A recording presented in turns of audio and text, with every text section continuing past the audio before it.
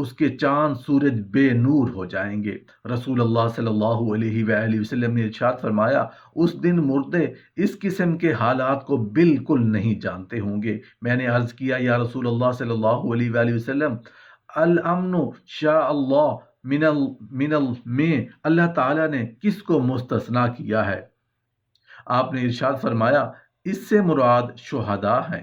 یہ گھبراہٹ تو صرف ان لوگوں کو ہوگی جو اس وقت دنیا میں زندہ ہوں گے، جبکہ شہداء تو اللہ کے ہاں زندہ ہیں اور انہیں رزق دیا جائے گا۔ اللہ تعالیٰ انہیں اس دن کے شر سے محفوظ رکھیں گے۔ یہ ایک عذاب ہوگا جسے اللہ اپنی مخلوق کے شریر لوگوں پر مسلط کریں گے۔ اللہ تعالیٰ جب چاہیں گے لوگ اس عذاب میں مبتلا رہیں گے، پھر اللہ تعالیٰ حضرت اسرافیل علیہ السلام کو حکم دیں گے تو وہ موت کا نفخہ پھونکیں گے، جس سے آسمانوں اور زمین والے سب مر جائیں گے سوائے ان لوگوں کے جن کی موت اللہ تعالیٰ نہیں چاہیں گے۔ جب وہ مر چکیں گے تو ملک الموت اللہ تعالیٰ کے سامنے حاضر ہوں گے اور عرض کریں گے، یا اللہ، آسمانوں اور زمین والے سب مر گئے سوائے ان کے جنہیں آپ نے نہیں مارنا چاہا۔ اللہ تعالیٰ استفسار فرمائیں گے جبکہ انہیں بخوبی علم ہوگا کہ کون باقی بچا ہے۔ حضرت اسرافیل علیہ السلام عرض کریں گے، یا اللہ، آپ تو ہیں ہی باقی رہنے والے، آپ تو حی قیوم ہیں جسے کبھی موت نہیں آتی۔ اے اللہ، عرش اٹھانے والے فرشتے باقی ہیں، جبرائیل باقی ہیں، میکائیل علیہ السلام باقی ہیں اور میں باقی ہوں۔ اللہ تعالیٰ فرمائیں گے، جبرائیل علیہ السلام اور میکائیل علیہ السلام بھی مر جائیں تو وہ بھی مر جائیں گے۔ پھر ملک الموت اللہ تعالیٰ کی خدمت میں حاضر ہو کر عرض کریں گے، جبرائیل علیہ السلام اور میکائیل علیہ السلام بھی مر چکے ہیں۔ اللہ تعالیٰ استفسار فرمائیں گے کہ کون باقی ہے، حالانکہ وہ سب کچھ جانتے ہیں۔ ملک الموت عرض کریں گے، اے اللہ، آپ تو ہیں ہی باقی رہنے والے، عرش اٹھانے والے باقی ہیں اور میں باقی ہوں۔ اللہ تعالیٰ حکم فرمائیں گے، عرش کو اٹھانے والے فرشتے بھی مر جائیں تو وہ بھی مر جائیں گے۔ پھر اللہ تعالیٰ عرش کو حکم دیں گے، اسرافیل علیہ السلام سے سور لے لے۔ پھر ملک الموت اللہ تعالیٰ کے سامنے حاضر ہو کر عرض کریں گے، یا اللہ، عرش اٹھانے والے بھی مر گئے۔ اللہ تعالیٰ پوچھیں گے جبکہ وہ خوب جانتے ہوں گے، اب کون باقی بچا ہے؟ ملک الموت عرض کریں گے، آپ حی قیوم تو ہیں ہی باقی رہنے والے جسے کبھی موت نہیں آ سکتی اور میں باقی ہوں۔ اللہ تعالیٰ فرمائیں گے، تو بھی میری مخلوق ہے، میں نے جب چاہا تجھے پیدا کیا، تو بھی مر جا۔ چنانچہ حضرت اسرافیل علیہ السلام بھی مر جائیں گے۔ جب اللہ واحد کے سوا کوئی بھی باقی نہیں رہے گا تو اللہ تبارک و تعالیٰ آسمان اور زمین کو ایسے لپیٹ لیں گے جیسے لکھا ہوا کاغذ لپیٹ لیا جاتا ہے، اور ارشاد فرمائیں گے، میں جبار ہوں۔ کس کا راج ہے اس دن؟ سورہ مومن میں آج کس کی حکومت ہے؟ 3 مرتبہ یہی ارشاد فرمائیں گے۔ جب اس کا جواب کوئی نہیں دے گا تو خود ہی جواب ارشاد فرمائیں گے، اللہ کا ہے جو اکیلا ہے، دباؤ والا، اللہ واحد قہار کی حکومت ہے۔ پھر اللہ تعالیٰ مخلوق کو ایک جھڑکی دیں گے، یہ سب بدلی ہوئی زمین پر اس طرح پھیل جائیں گے جس طرح پہلے زمین پر تھے۔ جو اس کے پیٹ میں ہوں گے وہ پیٹ میں، اور جو اس کی پشت پر ہوں گے وہ اس کی پشت پر منتقل ہو جائیں گے۔ پھر اللہ تعالیٰ عرش کے نیچے سے ان پر پانی نازل فرمائیں گے اور پھر آسمان کو حکم ہوگا کہ بارش برسائے۔ آسمان 40 دن تک بارش برساتا رہے گا حتیٰ کہ پانی لوگوں سے 10 گز اونچا ہو جائے گا۔ پھر اللہ تعالیٰ اجسام کو پیدا ہونے کا حکم دیں گے تو وہ اس طرح پیدا ہوں گے جس طرح سبزہ اگتا ہے، حتیٰ کہ جب ان کے اجسام مکمل پیدا ہو جائیں گے اور ایسے ہو جائیں گے جس طرح دنیا میں تھے تو اللہ تبارک و تعالیٰ حکم دیں گے عرش کو اٹھانے والے زندہ ہو جائیں۔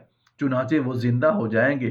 پھر اللہ تعالیٰ حضرت اسرافیل علیہ السلام کو حکم دیں گے، وہ سور لے کر اپنے منہ میں رکھ لیں گے۔ پھر اللہ تعالیٰ حکم دیں گے کہ جبرائیل علیہ السلام اور میکائیل علیہ السلام زندہ ہو جائیں تو وہ زندہ ہو جائیں گے۔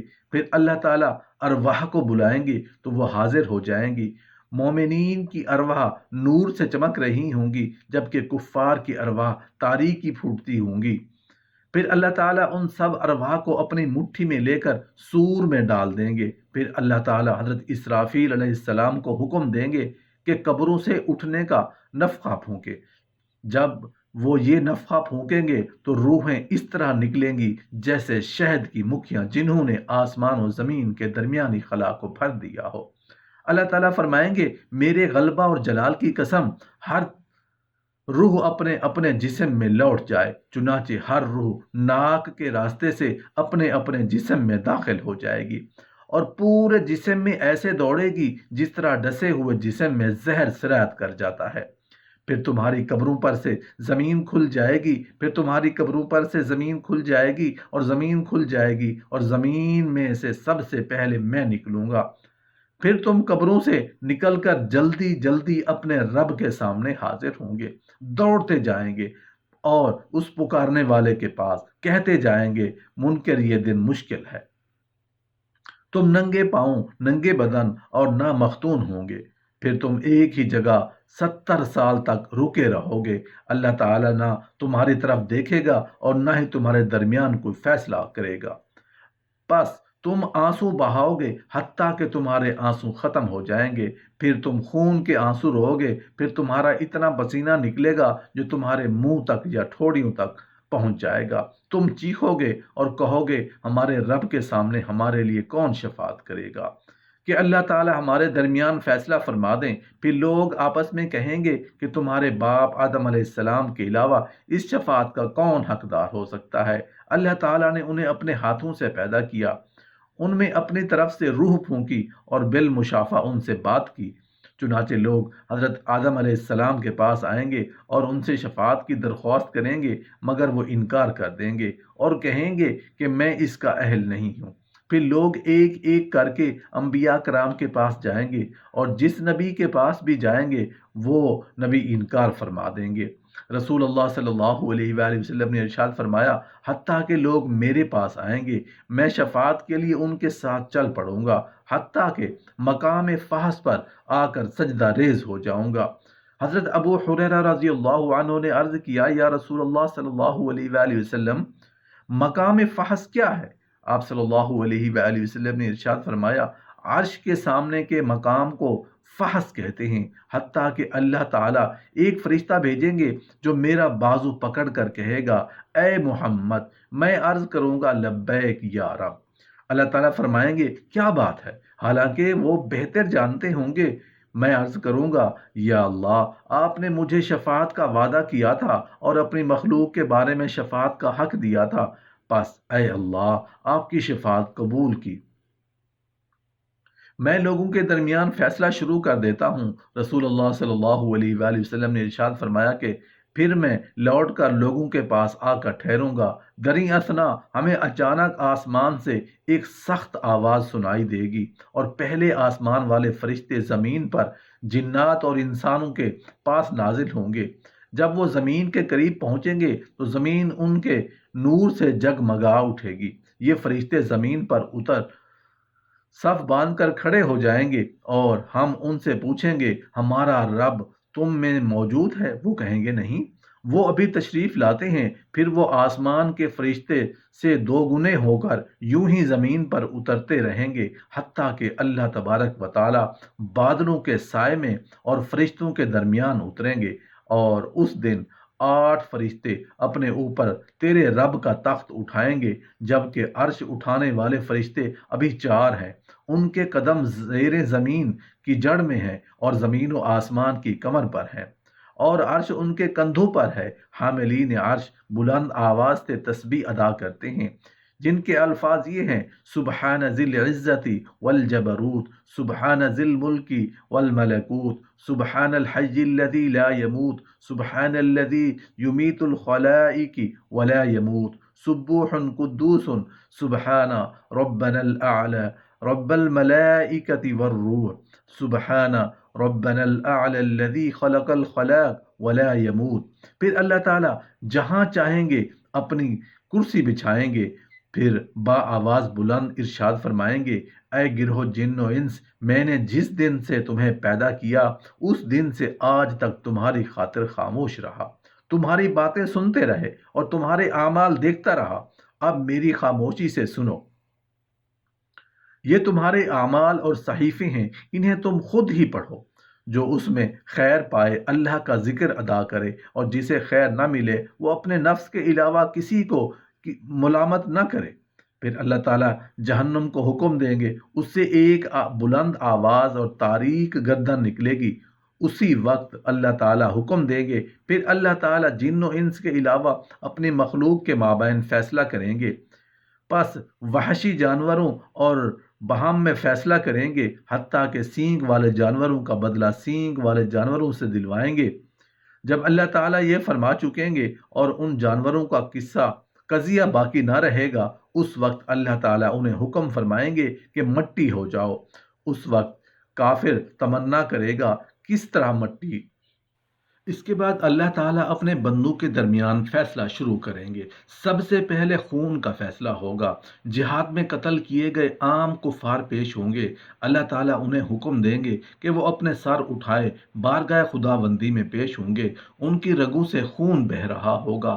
کافر مقتول استغاثہ کرتے ہوئے کہے گا، یا اللہ، اس مجاہد نے مجھے کیوں قتل کیا تھا؟ اللہ تعالیٰ مجاہد سے پوچھیں گے، جبکہ وہ خوب جانتے ہوں گے، تو نے اسے کیوں قتل کیا؟ وہ عرض کرے گا، یا اللہ، میں نے اسے اس لیے قتل کیا تاکہ آپ کے دین کا غلبہ ہو۔ اللہ تعالیٰ فرمائیں گے، تو نے سچ کہا۔ پھر اللہ تعالیٰ اس مجاہد کا چہرہ سورج کی طرح منور کر دیں گے اور فرشتے اسے جنت میں لے جائیں گے۔ پھر اللہ تعالیٰ ان مقتولین کو حکم دیں گے جو ناحق قتل ہوئے، چنانچہ وہ بھی اپنے سر اٹھائے بارگاہ ایزدی میں اس حال میں پیش ہوں گے کہ ان کی رگوں میں بھی خون بہہ رہا ہوگا۔ پھر ناحق مقتول عرض کرے گا، یا اللہ، فلاں نے مجھے کس وجہ سے قتل کیا تھا؟ اللہ تعالیٰ قاتل سے استفسار فرمائیں گے، تو نے اسے کیوں قتل کیا تھا؟ وہ کہے گا، میں نے اسے اس لیے قتل کیا تاکہ مجھے عزت و غلبہ حاصل ہو۔ اللہ تعالیٰ فرمائیں گے، تو ہلاک ہو گیا۔ پھر ہر ناحق مقتول کے بدلہ میں اس کا قاتل قتل کیا جائے گا اور ہر ظلم کا بدلہ لیا جائے گا۔ پھر یہ اللہ تعالیٰ کی مشیت پر ہوگا، اگر چاہے تو اسے عذاب میں مبتلا کر دے گا اور اگر چاہے تو اس پر رحم فرما دے گا۔ پھر اللہ تعالیٰ اپنی باقی ماندہ مخلوق کے مابین فیصلہ کرے گا، حتیٰ کہ کسی پر کسی کا کوئی ظلم باقی نہیں رہے گا۔ ہر ظالم سے مظلوم کا حساب لیا جائے گا اور دودھ میں پانی ملانے والے کو حکم دیا جائے گا کہ دودھ کو پانی سے الگ کر۔ پھر جب اللہ تعالیٰ یہ حکم فرما چکیں گے تو ایک منادی ندا کرے گا جسے سب مخلوقات سنے گی۔ وہ کہے گا، ہر قوم خدا کو چھوڑ کر جن معبودوں کی عبادت کرتی تھی ان کے ساتھ ہو جائے۔ چنانچہ ہر شخص اس کے سامنے اس کے معبود کی صورت بنا دی جائے گی جس کی وہ عبادت کیا کرتا تھا۔ ایک فرشتہ کی شکل حضرت عزیر جیسی اور ایک شکل کی حضرت عیسیٰ بن مریم علیہ السلام جیسی بنا دی جائے گی۔ چنانچہ یہودی اور عیسائی ان دونوں کے پیچھے چل پڑیں گے، پھر یہ معبود انہیں جہنم کی طرف لے جائیں گے۔ پھر جب کوئی بچے گا صرف مومن رہ جائیں گے، البتہ مومنین میں کچھ منافق بھی ہوں گے۔ اللہ تعالیٰ ان کے سامنے جس حالت میں چاہیں گے ظہور کریں گے اور فرمائیں گے، اے لوگو، سب لوگ چلے گئے، تم بھی اپنے خدا کے ساتھ جس کی تم عبادت کرتے تھے ہو جاؤ۔ وہ عرض کریں گے، خدا کی قسم، اللہ کے سوا ہمارا کوئی معبود نہیں، ہم غیر اللہ کی عبادت نہیں کرتے تھے۔ پھر اللہ تعالیٰ اپنی پنڈلی مبارک سے پردہ ہٹا کر مومنین پر اپنی عظمت کی تجلی ڈالیں گے، جس سے وہ پہچان لیں گے کہ وہی ان کا رب ہے۔ مومنین یہ دیکھ کر سجدہ ریز ہو جائیں گے، جبکہ منافقین گدی کے بل جا گریں گے، کیونکہ اللہ تعالیٰ ان کی پشتوں کو بیل کے سینگ کی طرف سخت کر دیں گے۔ پھر اللہ تعالیٰ مومنین کو حکم دیں گے تو وہ اپنے سر اٹھائیں گے۔ پھر اللہ تعالیٰ جہنم کی پشت پر پل صراط بچھائیں گے جو بال کی طرح باریک اور تلوار کی دھار کی طرح تیز ہوگی۔ اس پر لوہے کے نوکیلے اور سر مڑے ہوئے کنڈے اور سادان کے کانٹوں کے کانٹے ہوں گے۔ اس کے علاوہ ایک پھسلنے والا پل ہوگا جس پر سے بعض مومن پلک جھپکنے کے، بعض بجلی چمکنے کے، بعض ہوا گزرنے کے، بعض عمدہ گھوڑے کی اور بعض عمدہ سوار کی صورت سے گزر جائیں گے۔ کوئی سلامتی سے نجات پائے گا، کوئی زخمی ہو کر نجات پائے گا اور کوئی زخمی ہو کر منہ کے بل جہنم میں جا گرے گا۔ جب جنتی جنت تک پہنچ جائیں گے تو کہیں گے، ہمارے رب کے سامنے ہمارے لیے کون سی شفاعت کرے گا تاہم جنت میں داخل ہو جائیں، پھر کہیں گے اس شفاعت کا حقدار تمہارے باپ حضرت آدم علیہ السلام سے زیادہ کون ہو سکتا ہے، جسے اللہ نے اپنے ہاتھ سے پیدا کیا، اس میں اپنی طرف سے روح پھونکی، اس سے براہ راست گفتگو کی اور اپنے فرشتوں سے انہیں سجدہ کرایا۔ چنانچہ لوگ حضرت آدم علیہ السلام کے پاس آئیں گے اور شفاعت کی درخواست کریں گے۔ حضرت آدم علیہ السلام کو اپنی لغزش یاد آئے گی، چنانچہ وہ کہیں گے میں اس کا اہل نہیں ہوں، تم شفاعت کے لیے حضرت نوح علیہ السلام کے پاس جاؤ، وہ اللہ سب سے پہلے رسول ہیں۔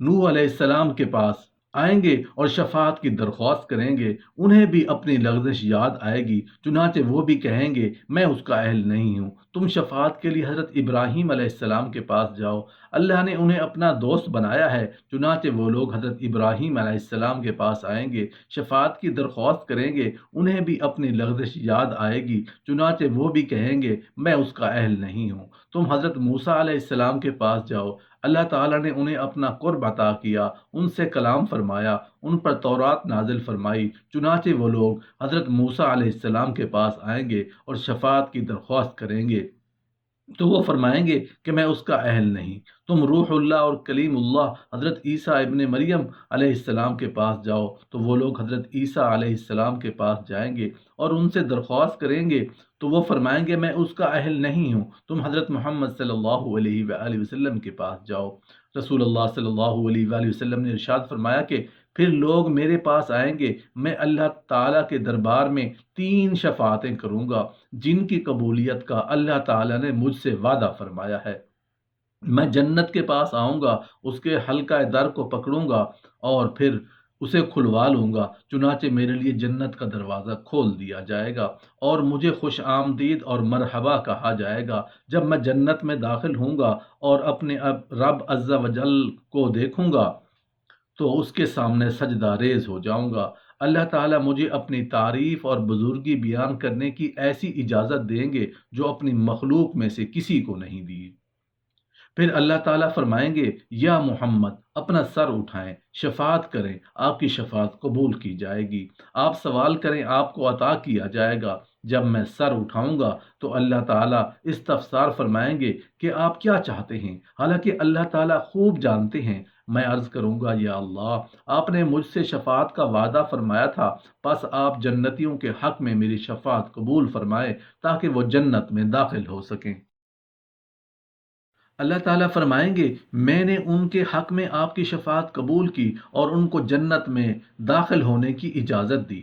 اس ذات کی قسم جس نے مجھے حق کے ساتھ بھیجا ہے، تم دنیا میں اپنی بیویوں اور گھروں کو اس طرح سے زیادہ نہیں پہچانتے جس طرح جنت والے اپنی بیویوں اور گھروں کو پہچانتے ہیں۔ پس ہر آدمی 72 حوروں سے ہم بستری کرے گا جنہیں اللہ تعالیٰ اسی جنتی کے لیے پیدا کریں گے، اور اولاد آدم علیہ السلام میں سے 2 عورتوں سے بھی ہم بستری کرے گا جنہیں عبادت خداوندی کی وجہ سے جنت کی عورتوں پر فضیلت حاصل ہوگی۔ ان میں سے پہلی سے یاقوت کے کمرے میں سونے کے تخت پر ہم بستری کرے گا جو موتیوں سے گھرا ہوگا۔ اس عورت نے ریشم کے 70 جوڑے پہنے ہوں گے۔ اگر جنتی اپنا ہاتھ اس کے دونوں کندھوں کے درمیان رکھ کر اپنے ہاتھ کی طرف دیکھے گا تو اسے اپنا ہاتھ اس کے سینے میں سے اس کے کپڑوں اور جلد اور گوشت کے پیچھے سے بھی دکھائی دے گا۔ نیز جنتی اس کی پنڈلی کے گودے کو بھی دیکھ سکے گا، جس طرح تم میں سے کوئی یاقوت کی نلکی میں دھاگے کو دیکھ سکتا ہے۔